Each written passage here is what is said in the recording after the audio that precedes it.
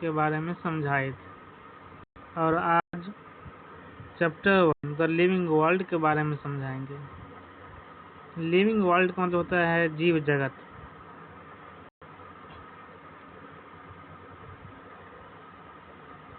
तो हम लोग देखते हैं, जानते हैं कि जीव जगत कैसे आश्चर्यजनक चीज है और इनका जो है बहुत बड़ा रेंज है। लिविंग टाइप्स अमेजिंग करने वाला है।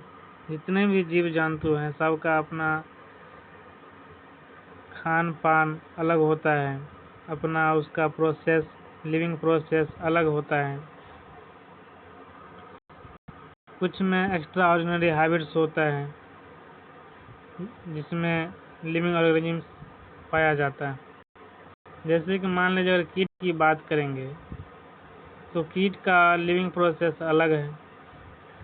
फिश का, मछली का लिविंग प्रोसेस अलग है, वो पानी में रहते हैं।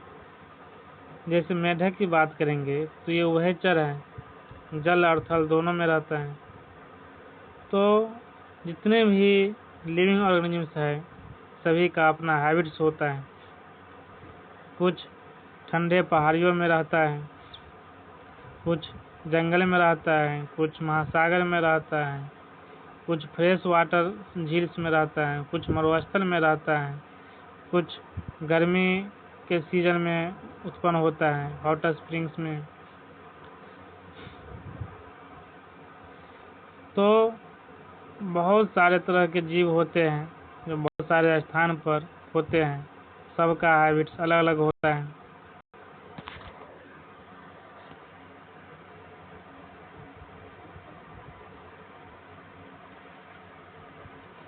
जैसे बर्ड्स की बात करते हैं, ग्लोपिंग हॉर्स की बात करते हैं, या तो फिर घाटी में फूल खिलते हैं, या तो फिर शार्क का जो रुतवा है, जो आक्रमणकारी है, दिलचस्प करने वाली है, तो इसकी बात करते हैं। तो ये सारा का सारा सेंस एक उत्सुक है समझने के लिए। जैसे पारिस्थितिकी तंत्र की बात करते हैं, या जनसंख्या के सदस्यों की बात करते हैं, या समुदाय के सदस्यों की बात करते हैं, उसमें जो जनसंख्या है उसकी बात करते हैं। तो ये सब क्या है? मोलिकुलर ट्रैफिक इनसाइड है। Cell make us deeply reflect on what indeed is life. तो यह क्वेश्चन जो है टू इम्प्लिसिट क्वेश्चन होता है इसमें। पहला तो यह होता है कि technical one, 6 answer to what living is oppose to the non living, कि कैसे नॉन लिविंग है या लिविंग है उसमें समझेंगे, उसके आंसर के बारे में जानेंगे। और दूसरा है फिलोसफिकल, दार्शनिक। तो इसके लाइफ का क्या पर्पस है, क्या उद्देश्य है, इसके बारे में जानेंगे। तो साइंटिस्ट इतना अटेम्प्ट नहीं करते हैं इस सब के बारे में, लेकिन सेकेंड क्वेश्चन है जो हम लोगों को सीखना है, समझना है कि लिविंग क्या है। तो टॉपिक 1.1 है व्हाट इज लिविंग। लिविंग क्या है, जीव जगत क्या है। जब हम लोग कोशिश करते हैं लिविंग को डिफाइन करने के लिए तो उनके कैरेक्टरिस्टिक्स के बारे में जानते हैं, उनके आदतों के बारे में जानते हैं, जो लिविंग ऑर्गेनिज्म के द्वारा क्या होता है, उसका क्या प्रोसेस है, कैसे ग्रोथ करता है, कैसे विकास करता है, कैसे उसका उत्पत्ति होता है, क्या उसका एबिलिटी है सेंस का, किस तरह के एनवायरनमेंट में होता है।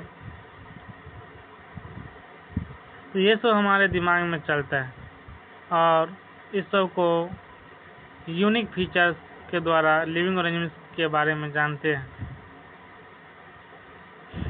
तो इसमें कुछ मोर फीचर्स भी होता है, जैसे मेटाबॉलिज्म हो गया, या सेल्फ रिप्लिकेट की एबिलिटी हो गया, या सेल्फ ऑर्गेनाइज हो गया, interact and emergence to this list.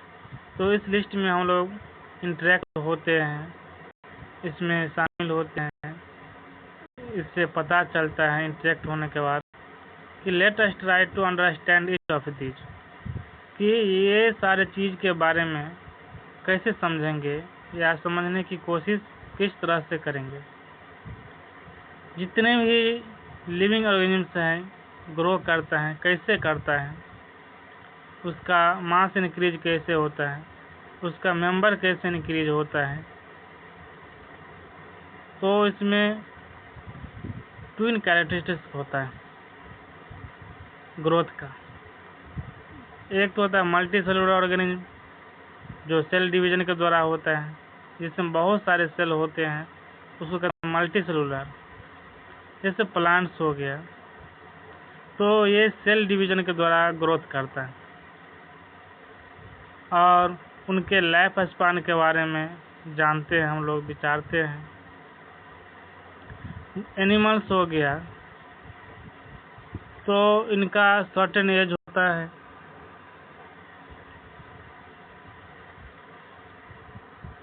किसी समय के बाद वो डेड बॉडी हो जाता है। यानी कि सभी का क्या होता है, एज जो है उसका निश्चित होता है। तो सेल डिवीजन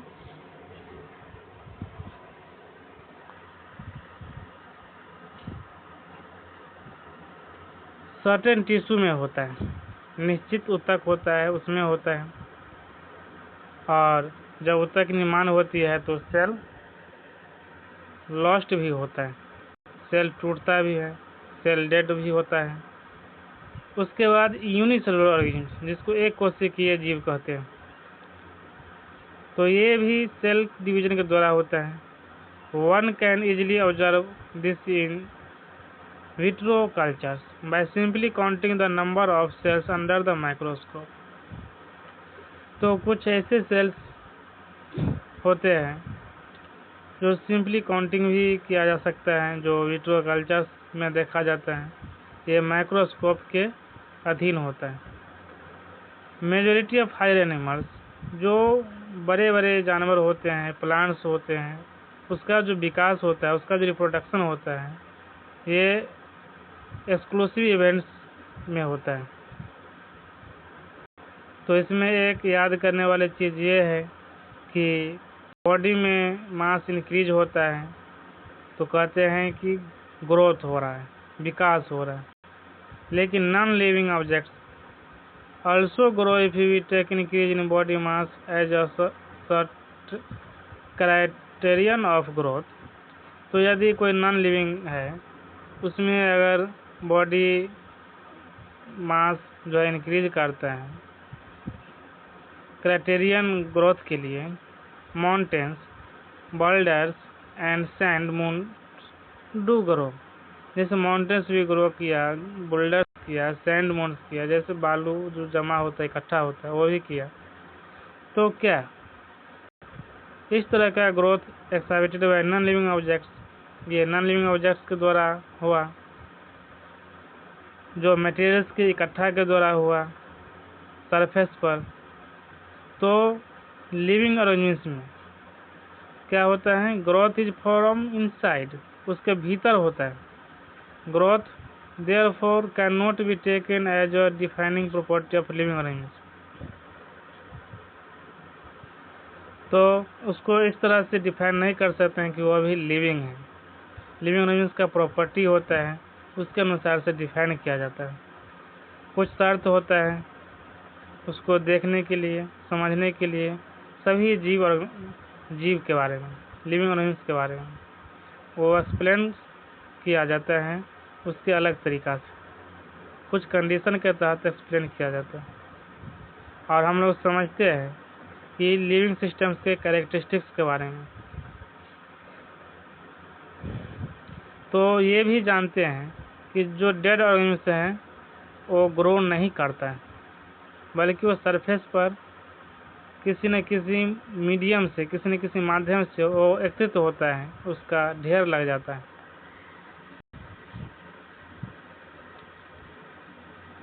तो reproduction likewise is characteristics of living organisms. जैसे रिप्रोडक्शन हो गया, लिविंग ऑर्गेनिम्स की कैरेक्टरिस्टिक हो गया, उसका अभिलक्षणिक गुण हो गया। तो मल्टी सेलुलर ऑर्गेनिम्स, बहुकोशिकीय ऑर्गेनिम्स में रिप्रोडक्शन रेफर्स करता है production of progeny possessing features more or less similar to those of parents। तो क्या होता है, वे अपने पेरेंट्स से सिमिलर होता है। जैसे कि कोई एनिमल्स है तो उसका चाइल्ड भी एनिमल्स ही होगा, प्लांट्स है तो प्लांट्स ही ग्रो करेगा, ह्यूमन है तो ह्यूमन ही बर्थ लेगा।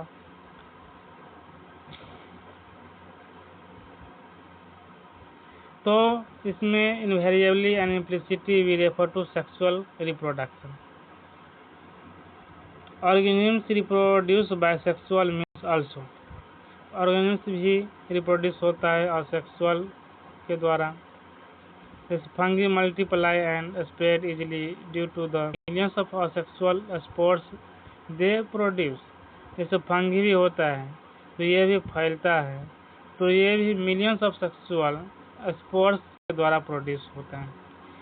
तो किसी न किसी माध्यम से, जैसे एयर हो गया, उसके बाद इंसेक्ट हो गया, वाटर हो गया, तो किसी न किसी माध्यम से अटैच करता है और वो उसके बाद प्रोड्यूस होता है।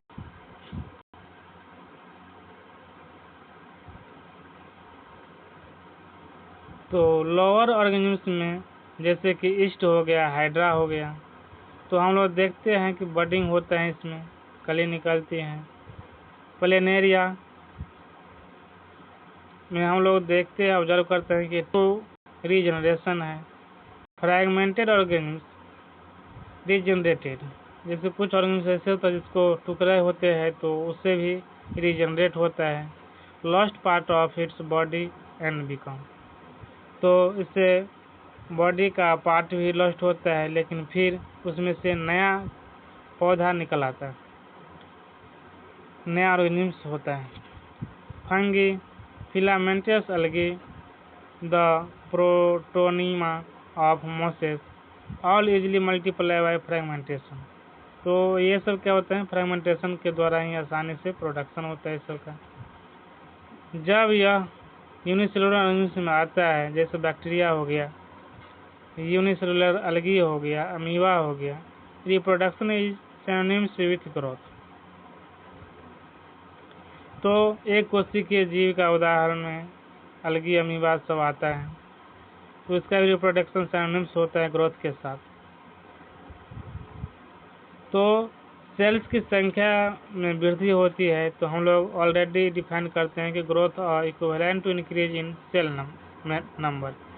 तो हम लोग कहते हैं कि इसके सेल की संख्या में वृद्धि हो रही है, इसमें मास बढ़ रही है, इंक्रीज हो रहे हैं। इसीलिए हम लोग नोटिस करते हैं सिंगल सेल ऑर्गेनिज्म्स में we are not very clear about the usages of these two terms. तो ये जो है बहुत अच्छे तरह से वेरी साफ नहीं है जो इस दो टर्म्स का प्रयोग कैसे करें ग्रोथ एंड रिप्रोडक्शन में। हालांकि आगे बहुत सारे ऑर्गेनिज्म्स हैं जो रिप्रोड्यूस नहीं होता है, जैसे मिल्स, स्टेराइल, वर्कर बीज, infertile, human couples it is. इसीलिए reproduction also cannot be an all-inclusive defining characteristics of living organisms. Of course, non-living object is capable of reproducing or replicating by itself.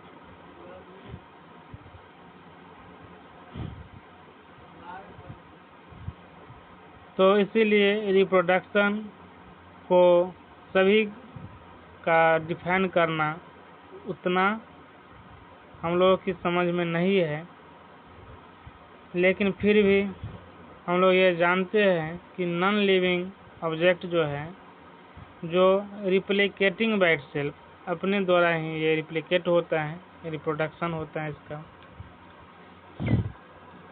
इसमें increase होती है मास में। दूसरा characteristics है metabolism. तो सभी living organisms chemicals उसमें उपस्थित होता है, केमिकल्स से बनता है।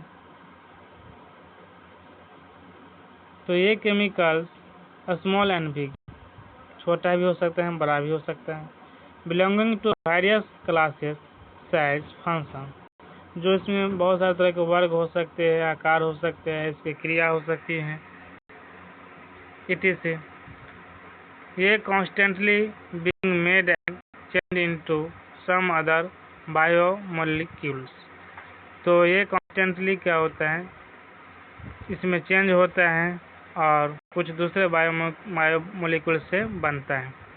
तो ये कन्वर्सन केमिकल रिएक्शन या मेटाबॉलिक रिएक्शन होता है। तो थाउजेंड्स ऑफ मेटाबॉलिक रिएक्शन, हजारों जो है मेटाबॉलिक रिएक्शन है जो साथ होता है सभी लिविंग ऑर्गेनिम्स में।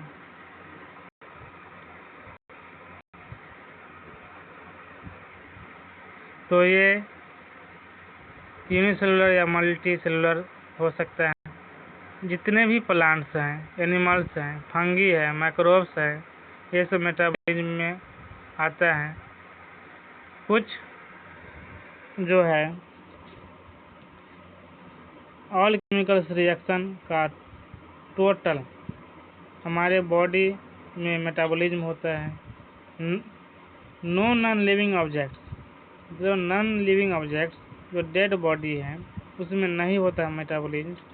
Metabolic reaction can be demonstrated outside the body. ये मेटाबॉलिक रिएक्शन जो है ये बॉडी के बाहर भी हो सकता है, in cell free system. An isolated metabolic reaction, और जो आइसोलेटेड होता है मेटाबॉलिक रिएक्शन वो ऑर्गेनिम्स के बॉडी के बाहर होता है।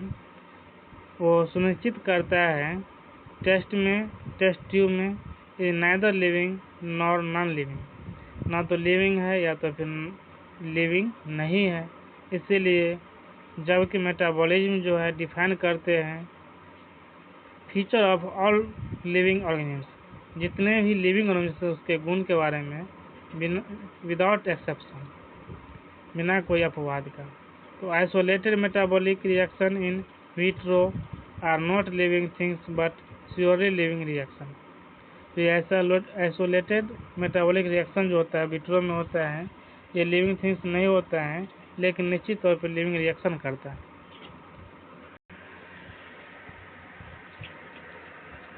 इसको समझने में कोई दिक्कत होगा तो कमेंट करना।